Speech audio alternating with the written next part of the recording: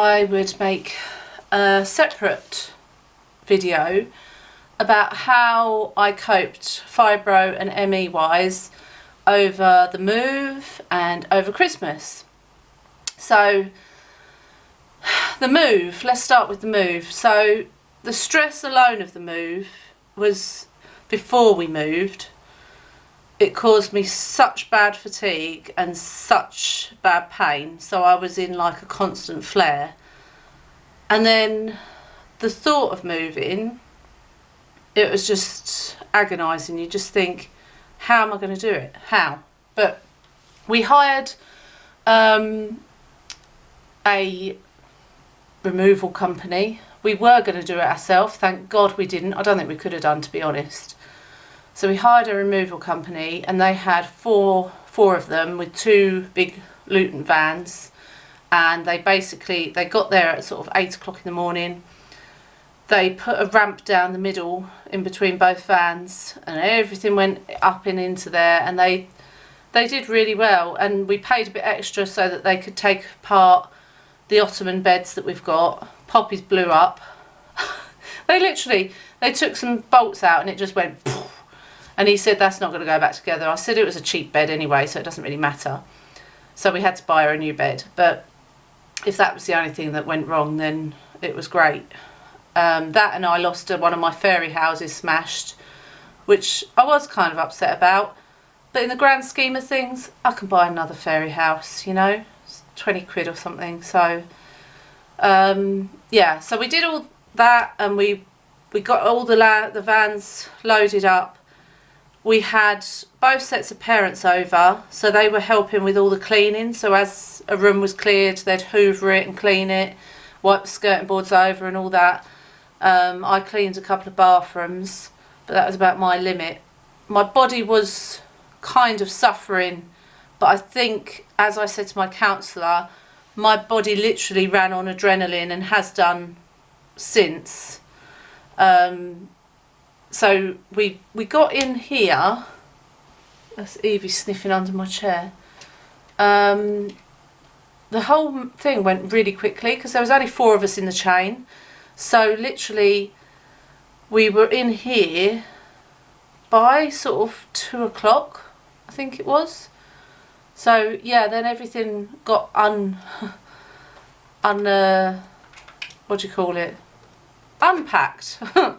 Unloaded, whatever, which was quite stressful as well, because I had so many people saying, where's this go, where's this go, even though I labelled all the boxes, which room each box went in and what was in each box.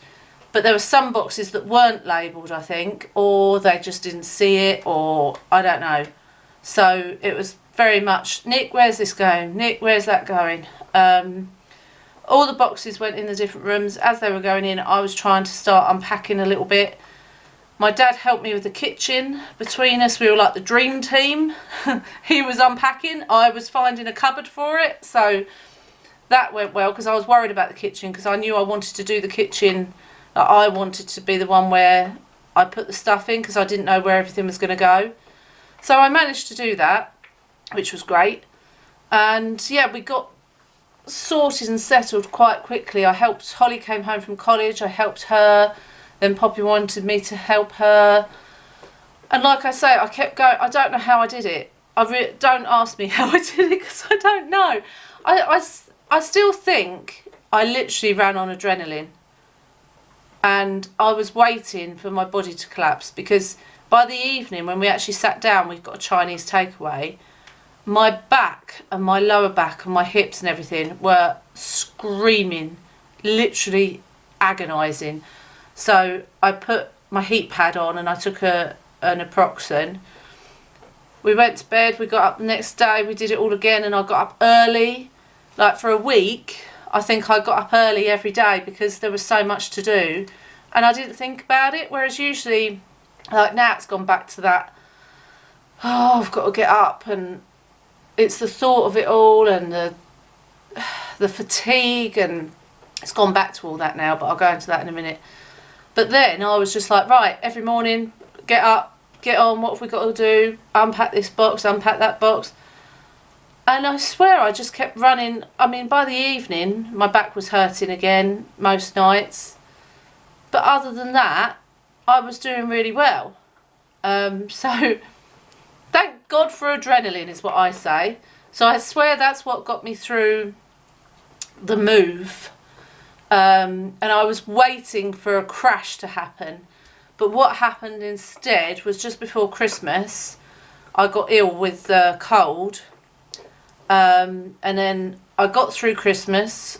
Christmas was fine. We had 9 people here for Christmas dinner. More in the evening because we had Angela and her family come over. And then we were out virtually nearly every day afterwards.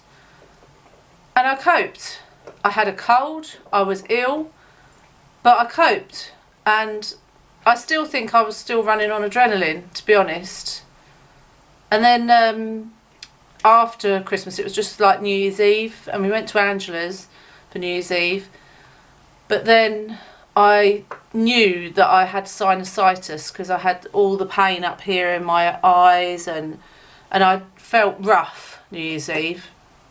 So when I went to bed, I thought, oh God, we were supposed to go to Mark's mum and dad's the next day. They went, but I couldn't. I was in bed.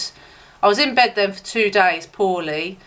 And I went and got some antibiotics and that sorted it out. So since then, I've had more fibro pains returning. But that has been the only crash I've had, and that was because I had sinusitis. So I think my body and me have coped so well. Mark and I have been talking about this over the move, over Christmas. We've been so lucky, and I'm so grateful to my body for helping me to do that. We've still got so much to do, and just the thought, I think that's what's doing my fatiguing at the moment, because just the thought of what we need to do is literally doing my hurting my brain, because every room's got to be painted. So we've painted this room that I'm in now, the lounge and dining room, and I've done a separate vlog on decorating. So we've painted this room, or Mark and Poppy did. I painted, or most of the painting, in our bedroom with my dad and his dad the other day. But we've still got to do Holly's room, Poppy's room. The hall is being done professionally. And then we've got to have a new front door, we've got to have new cladding on the front, we've got to have new flooring, and the garage has got to be unpacked. Oh, and a shed's got to go up, that's coming on Tuesday. So there's so much that my brain hurts, and part of me has to try and detach it, because otherwise it's too much, if that makes sense. I can't, and the frustrating thing is, there's not things I can do here while Mark's at work, because there's only so much painting and that I can do before other things need doing. So that's been my really frustrating point. But today my hips have been hurting. I took Evie on a nice walk, and because it's a beautiful day, and my hip was really starting to hurt. I've had pains in my legs. Counselling this week was horrendous. I cried so much a contact lens fell out. This was like, oh no. I said I can't drive home if I haven't got my contacts in, so I had to pop it back in. But yeah, counselling was horrendous. I think I'd got such a build-up of emotions over moving, Christmas, everything going on, and then also, to top all that, she said, we've only got 2 more sessions left of your counselling. And I was like, no, it can't be the end. I can't cope without counselling. Which I can, but, you know, it's just the thought of it. So, anyway, that's how my body's coped extremely well, I'm pleased to say. That's not going to say that I haven't had fatigue. That's not going to say that I haven't had pain, because I have, but not as much as I thought would happen with all of this that's gone on. So I am very, very grateful, like I say, and I will see you all in the next video. Don't forget to hit the thumbs up, subscribe if you haven't done already, leave me a nice comment, and I'll see you soon. Bye!